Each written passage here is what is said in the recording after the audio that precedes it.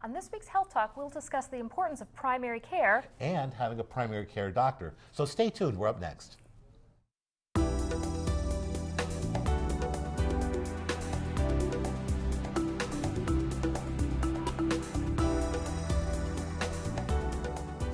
Hello, I'm Dr. Eric Mazer. And I'm Dr. Andrea Peterson. Today we're going to talk about the importance of having a primary care provider.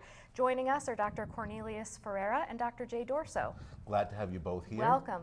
Thank you. And you both are really primary care doctors as opposed to us internists, in that, Jay, you're you're trained in both medicine, internal medicine, and pediatrics, and Cornelius, you're a family physician. Correct. So you take care of the full range of ages, which I think is just fascinating. So what's the importance of primary? That's what you do. Maybe you can even just say, what attracted you into primary care, especially such broad primary care, children and adults? Well, you know, for me it was the continuity, right? From babies growing into small kids, teenagers, into adulthood, letting them go. And you're old enough to have seen babies grow into, you know, looks like a young kid to me. Sad but true, sad but true.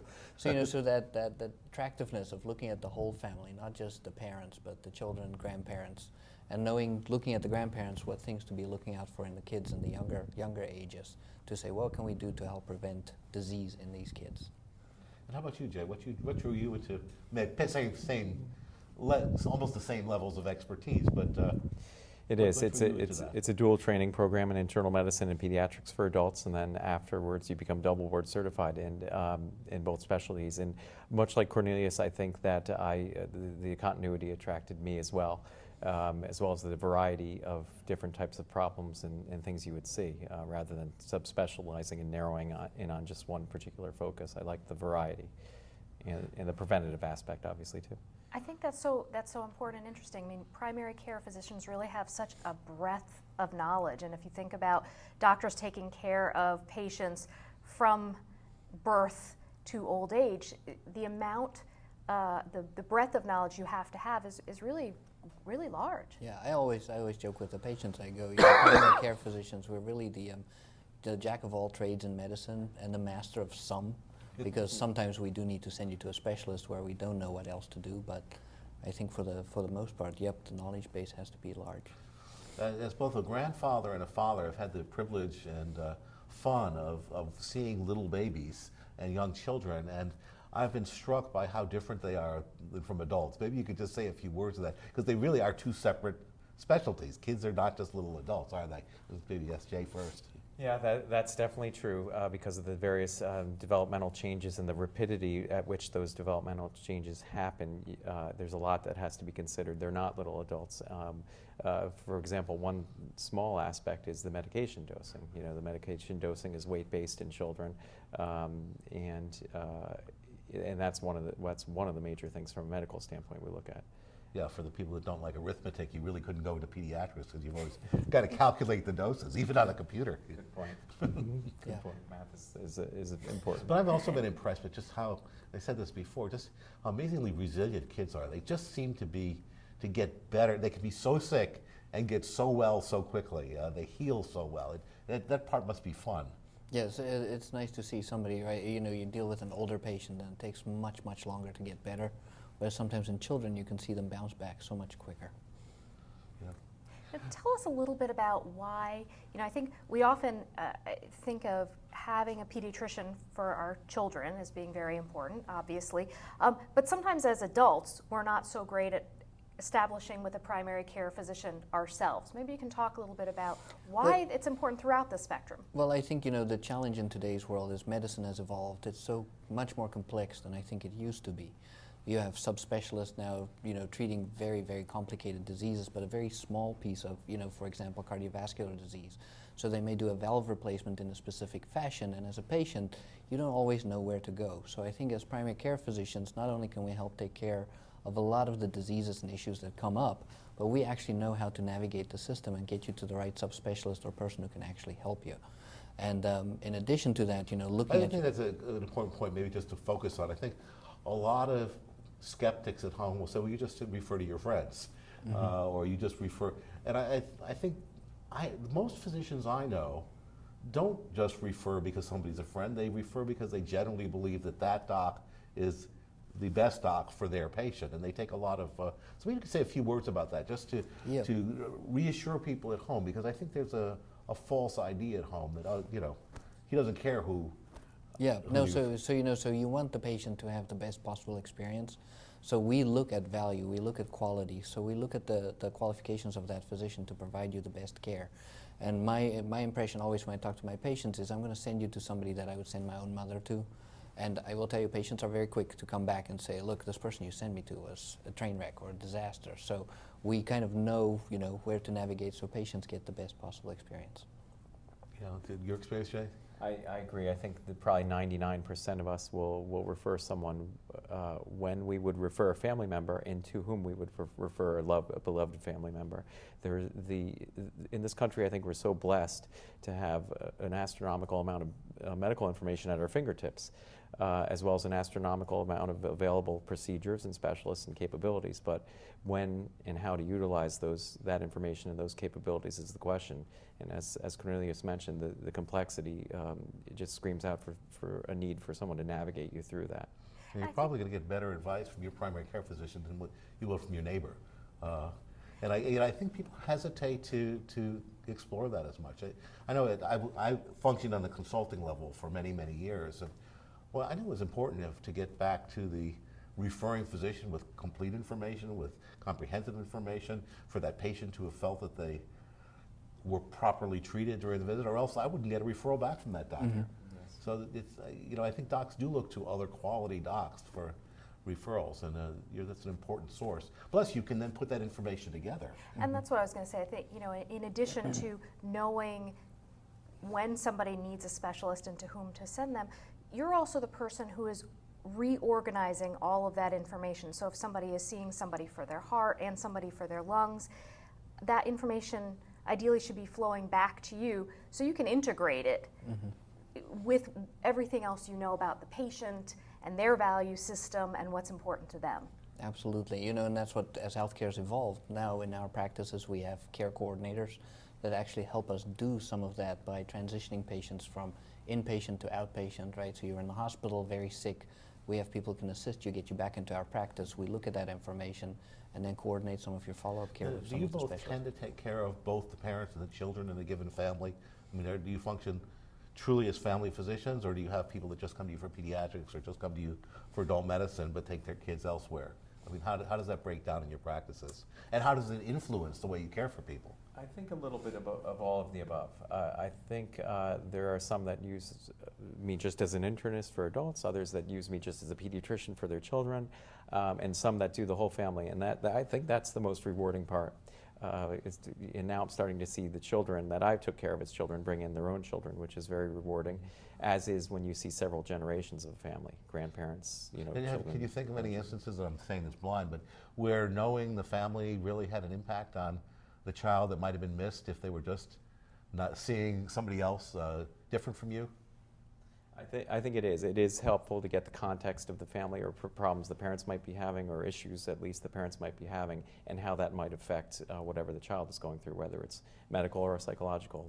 Yeah, I guess a lot of the kids might be behavior issues, school issues, things like that. And if one of the parents is dying of cancer, that would obviously be maybe that's an exaggerated example, but would be something that you would know right away. Yeah, so it gives you the insight to really target that child and say, not necessarily have a discussion about mom or dad's illness, but you can look at them and go, I know where you're acting out in school.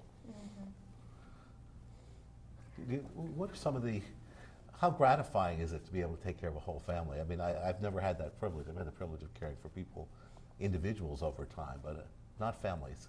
You start getting an attachment with them, right? So it's really kind of an extended family even to yourself. So, so dealing with issues, sometimes, unfortunately patients will pass away and die. And being part of that family, core, they call you, let you know, thank you for what you've done. You're sad with them just like the family is, and it really is to see that whole progression. Does it also give you a community focus in seeing, whole families or multiple generations, and do you learn about the communities in which they are living, and does that shape your medicine? Absolutely. So it's fascinating. So you'll go to the barber shop, right? It's one example that I have. So being in the barber shop, you sit down and the barber always looks and goes, oh, I saw Johnny. and I know Johnny visits with you, and you need to talk to him about this, this, and this. So a lot of the things in the community sometimes will come to you and say, you know, this you learn from the people in the community about your own patients. So it gives you an insight that you wouldn't necessarily have. So Jenny, what do you recommend that people do? Should they all select a primary care physician even if they're not sick? Yes, I think it's important when you're well to seek out the available primary care doctors in the area. Not that you have to be in there every 6 months for overwhelming checkups or anything, but just to have a relationship with someone and go in periodically for checkups even, you know, every couple years even. We're not quite sure about the frequency of which the well visits should happen in adults. It's probably somewhere between once every 1 and 3 or 4 years, but I think the more important thing is to have that relationship there so the doctor knows you in context of whatever future problems would come up. And just to clarify, when you say we're not sure, you mean the evidence is kind of in flux for the interval for wellness visits? Exactly, yes. But I mean, interesting, thinking of both of you, just kind of different than a lot of the practices. More often than not in this area, I think we see pediatrics and adult medicine being separate. But I know a lot of the issues there is when kids then reach adolescence. Do they stay with their pediatrician? Do they move on to another doctor? There's an awkwardness. I presume the kids just stay with you and you just put on your internist hat or your adult medicine hat, and it must be a different kind of transition than you see out in the rest of the world. Yeah, it's a migration, right? So as they move from pediatrics into adulthood, you know, teenagers, you start seeing that, and that's what the gratifying piece is, right? So to take somebody who was a baby and follow them through to a high school level, I think is where some of that benefit comes in for us. And then the other piece is, you know, as they then mature, right, then you can start looking at all the risk factors, because as you get older, some of those things change. Knowing the family, you're already aware of that. So. And we've talked about this in different ways, but maybe you can really talk a little bit more about, you mentioned establishing a relationship. Talk about why having a relationship with a doctor is so important. Well, you know, so the relationship really, if you think about a patient coming to you, they share their innermost secrets with you, right? I often find it's interesting, you spend 10, 15 minutes with somebody that you may have never seen before, and they share some of the details in their life that is just, you know, mind-boggling. You wouldn't tell anybody else some of these things. So that trust that they put into you, right, that really helps form that relationship. And for a patient to have somebody they can access, know that their information that they're sharing is secure, we're the only people that are going to talk about that issue. If there's something that comes up, they don't have to come in for the visit necessarily, but they can call and say, Doc, I need help, I need advice. I think that's what's one of the more gratifying things for me personally, to see patients and know that if they need me, I can be there for them. As you said, you also can navigate what's becoming an increasingly complex system for them, right? Because it's medicine has become a lot more than pat your head and take 2 aspirin and call me in the morning. It's become very, very complex because we can do so much more. It has, and there's so many options and interventions and evaluations that can be done, but if you have this pre-existing relationship and knowledge of the person's background, you can know to apply or not apply certain things in the future based on what you think that person's background is. And you said something really important. We have about 1 minute left in this segment, but you can apply or not apply. And so as people are getting towards the end of their life, you may be making decisions about how much they would like to go through in terms of invasive procedures or not having invasive procedures, so you can help them help guide those decisions as well. Yeah, I think if you know someone, for example, that has been anxious and having heartburn all their life, if they say to you, my chest is hurting me, but had a spicy lunch and 3 cups of coffee, you're not going to send them to the heart surgeon right then for an evaluation of a major problem, because probably it's related to those previous problems. And if you send them to the cardiologist, you can bet that they're going to get a stress test and everything else, because that's sort of what they have to do as a specialist. So I want to thank our guests, Dr. Cornelius Ferreira and Dr. Jay Dorso, for joining us. Thank you so much again, and we'll see you again soon on Health Talk.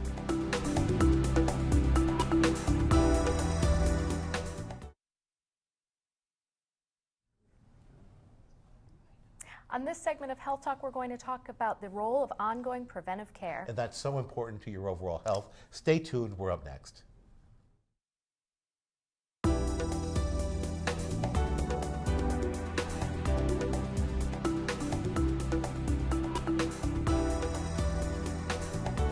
Hello, I'm Dr. Eric Mazer. And I'm Dr. Andrea Peterson. Today our topic is the importance of ongoing preventive care. Joining us are Dr. Jay Dorso and Dr. Cornelius Ferreira. Again, welcome back. Welcome. Thank you. So, preventive care, I think you are both, I guess introduce you, just make sure that everybody knows. We've got a family physician, Dr. Ferreira, and we have Dr. Dorso is a med peds, so boarded in both specialties. But basically both take care of whole families. So preventive care, I mean, that's really, there is so much that has developed, I think, over the past 20, 30 years in preventive care. And it starts with childhood. So let's talk about kids. And I think maybe people are more used to preventive care in kids because they think of vaccination. What kind of stuff do we think about? What is prevention care in kids? Let's just take it right through the life cycle. Jay, do you want to start? Yeah, sure. I think that shortly after birth, we're monitoring growth parameters very closely, height, weight, head circumference, for example, and also developmental milestones to make sure the child seems to be hitting what they need to be hitting at the right times. So monitoring is a very important part of pediatrics, especially early pediatrics, developmental monitoring. And then that's followed closely behind by vaccines, which probably is one of the biggest advances in health and medicine ever on the planet. Yeah, I mean, when we think about curing or treating polio versus preventive polio, certainly in my lifespan I remember that. I think I'm probably older than most people here, but I mean, it does change the way people lived. And, you know, I remember you don't go out in the summer, don't go to the movies in the summer, because that's where polio is spread. But how about vaccinations are interesting because you said, and I agree 3,000%, it's probably been one of the greatest advances in medicine and the health of our population. And yet there's so much controversy about vaccines now. Do you want to say anything about that? You know, so there's you know, from celebrities all the way down to normal person on the street who are now anti-vaxxers and says, you know, this is not good for us. There's chemicals in the vaccines. There's different things that scare people. But when you look at the truth of the matter is, without these vaccinations, you know, thousands of people would die. And I think the challenge for us in modern medicine is because those diseases have been eradicated or, you know, suppressed so much, people have forgotten about the impact, and that's why there's this movement. Yeah, people have taken it for granted. I think, is there any science to support the fear of vaccines? I know there's a lot said about the mercury. I think the mercury's been taken out of vaccines, even though there was no evidence that the thimerosal, which contained mercury, had any adverse effect on the kids. Is there any evidence at all that vaccines actually cause problems? You know, not that I'm aware of in most cases. Vaccines are a procedure and they are an intervention. So just like with any intervention, there can be a slight risk of problems, but that risk is very minuscule, and the benefits of the vaccines far, far outweigh any slight risk of any very rare occasional problems that we see. And before, because I think the topic is so of such interest, widespread, autism. I mean, that's really what people have talked about. We've seen with vaccinations, sort of beginning in the 50s on up, we've seen a great increase in vaccinations. We've seen a great increase in autism. Why are they not related to one another? Well, you know, so several studies have been done that says there's no link, and I think one of the things that we see is we've become better at detecting autism, right? So as our technologies, our ability to screen for certain diseases developed, we're now much better able to pick up on those. Do you think it's just a question of making the diagnosis more often rather than seeing an increase in frequency of this disorder? Okay. Yes, I think that's part of it. There are other unknown environmental factors and perhaps obviously genetic factors that are yet to be discovered that are causing the incidence to go up as well, but it does not appear to be vaccines, as Dr. Ferreira said. There was a study out of Liverpool, England, either I think in the late 90s, that purported a link between one of the vaccines and autism that since has been very discredited. And in fact, pulled. Very retracted. Retracted from the Lancet was the journal. Right, and I think there have been subsequent studies which showed that there was no link. There have been several very large studies out of Northern Europe, the Scandinavian countries, as well as Northern California, dispelling any notion of a link. Before we get to cancer screening, which is very important, I do want to talk about immunization in adults because I think we're pretty religious about vaccinating kids on the proper schedule. Be interested in what you do when you have a patient that's reluctant to vaccinate their kid. But vaccinations are also important for adults, and particularly as you get older. There are some new ones that we need as older adults. So could you just say a few words about that? Excuse me. Sure. I think they're important at all ages. There are standardized schedules. There's really no gray area. There's pretty black and white standardized schedules released by the CDC that are endorsed by the American Academy of Pediatrics and the American Board of Internal Medicine and the family practice organizations as well. And they're all in agreement as to when and how those vaccines should be given. It just has improved the public health situation tremendously to have these things being given at their regular scheduled intervals. And how? And in terms of, you both take care of whole families, and it's often very important, isn't it, to have vaccination of everybody in the family to help prevent diseases in different generations of that family. So in other words, having the adults in the family be properly vaccinated when there's a newborn in the house, and especially having pertussis. I think the acellular pertussis now, I mean, we all should have had that recently, within the past 10 years. Yes, that is a great point. Anyone who has significant contact or caregiving for a newborn should have their pertussis vaccine freshly updated recently. That's the one that is given along with the tetanus. The tetanus, yeah. And conversely, having kids properly vaccinated may help prevent some diseases in elderly patients, in their grandparents, say, especially if they have chronic, say, lung problems, respiratory problems.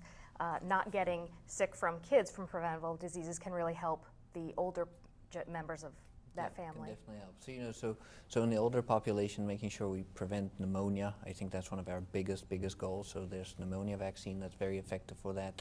Shingles, the vaccine that prevents that's Zostavax, which is available. And now everybody gets flu, basically. Correct. And flu we recommend for everybody, whether you're 6 months old or 106. Don't want to make sure we have time for cancer screening. I think this is a very important area because we all sort of get, especially as we get older, worry about cancer. We know we shouldn't smoke, we know we should exercise, etc. But some cancers seem rather random, colon cancer, breast cancer. And yet we have effective screening methods for these. Want to say something about that? That's one way we can help detect these diseases early and prevent dying from them. Yes, there are some standard procedures to recommend to prevent cancers or to screen for cancers more accurately. Mammographies, colonoscopies are two of the biggest. Regular pap smears and cervical exams for women. There is even vaccine. Now we've gotten down to the kids because the vaccine for papillomavirus largely prevents cervical cancer. So that's a discussion you're having with parents of 10-year-olds, right? Yes. The vaccine is recommended for all boys and girls at 11 to prevent future problems with various cancers, including cervical cancer and certain other cancers. Yeah, and these are things, again, for parents at home, you don't have control over a lot of things about your health, but you do have control over this. So why not take advantage of those interventions that are out there that can prevent disease? The idea that you can get a vaccine that prevents cervical cancer is amazing, and we understand it now because it's caused by a virus. Cornelius, maybe you can talk a little bit more in detail about what you're recommending to your patients in regard to colorectal cancer screening and breast cancer screening. Well, colorectal cancer, there's an initiative in the United States to have 80% of people screened by 2018, right, of all eligible people. There's many different modalities for screening for colon cancer, and the one that most people know about is colonoscopy. So the current guideline says if you're 50 years old and there's not special circumstances surrounding your family, you need to go get a colonoscopy. Some patients are reluctant to do a colonoscopy because everybody hears the dreaded words, but I will tell you the vast majority of patients come back and go, wow, that was not nearly as bad as I thought it was going to be. And if anything, it's the prep that scares most people. So, there's other options for patients who do not want to pursue a colonoscopy, including stool occult cards, where we collect a small fecal sample. We test that for blood. There's more fancy tests these days that look at DNA testing. There's also studies or CT colonography where we do a CAT scan to look inside the colon. Cardiac disease. We've had remarkable success over the past 2 decades at reducing the death rate from cardiovascular disease. But there are things you start doing pretty early. Blood pressure screening, for example. Do you want to say a few words about blood pressure, cholesterol, and diet, and obesity, and diabetes screening and things? Yeah, that's a great point. I think that's something that has made a lot of headway into that is the fact that the body mass index is looked at a lot closer. That's a measure of your weight for your height. So that is something that has been encouraged for us doctors to be tracking and looking at more closely over that time period. So we obviously that leads to the next step, which would be telling the person to keep their weight under control through healthy diet, active lifestyle, with enough exercise and healthy eating. Yeah, and blood pressure, point out, is not symptomatic in most people. So the only way you're going to know you have high blood pressure is to have it tested. And you're right, and often that goes hand in hand with overweight or obesity or a high body mass index. So monitoring the both of them is very useful. And they're all tied together because the high body mass index gives you insulin resistance, which can make you diabetic, which can give you cardiovascular disease, which is going up. I mean, cardiovascular disease is going up as a result of diabetes. I want to be careful that I say this right, but deaths from cardiac disease are going down, probably because we've stopped smoking and we've had a lot of very effective interventions now once people have cardiac disease. But people are afraid of the diabetes and that link. But I think that that's a really important point. I mean, when we are recommending either screening tests or screening maneuvers like blood pressure check, one of the things that doctors are considering very closely is, if we find something, can we intervene to make a difference? And so for something like blood pressure, we have a lot of data, don't we, Cornelius, to say absolutely, if we find high blood pressure, we can intervene and actually really make a difference in whether this patient goes on to have heart disease, stroke, kidney disease, dementia. Yeah, so and I tell that's why it's one of the vital signs, right? So it's one of the critical things we check at each visit to see where your blood pressure is, so that we can start looking at interventions all the way from diet, exercise, salt restriction, which some studies say may or may not help, but then also things like looking at your medication and getting you on the right medication sooner rather than later.